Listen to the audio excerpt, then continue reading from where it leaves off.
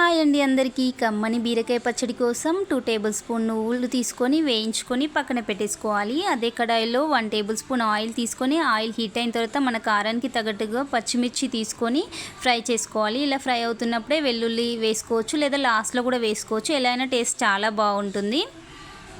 ఇలా పచ్చిమిర్చి ఫ్రై అవుతున్నప్పుడే కొన్ని ధనియాలు వేసుకోవాలి, కొంచెం జీలకర్ర వేసుకొని వేయించుకోవాలి. ఇలా ఇవి అన్నీ ఫ్రై అయిన తర్వాత తీసి పక్కన పెట్టేసుకొని చల్లారనివ్వండి. ఇప్పుడు అదే కడాయిలో మనం ముందుగా కట్ చేసి పెట్టుకున్న బీరకాయ ముక్కల్ని తీసుకొని మెత్తగా ఉడికించుకోవాలి. ఒక 2 మినిట్స్ బాగా ఫ్రై చేసి అందులో టేస్ట్కి సరిపడా సాల్ట్ వేసుకొని మూత పెట్టి ఒక 5 నిమిషాలు ఉడికించుకోవాలి. ఇలా బీరకాయ ఫ్రై చేసుకుంటున్నప్పుడే ముందుగానే కడిగి పెట్టేసుకున్న కరివేపాకును వేసుకొని ఒక 2 మినిట్స్ ఫ్రై చేసుకోవాలి. కరివేపాకు ప్లేస్లో కొత్తిమీర కూడా వేసుకోవచ్చు, అది మన ఇష్టము.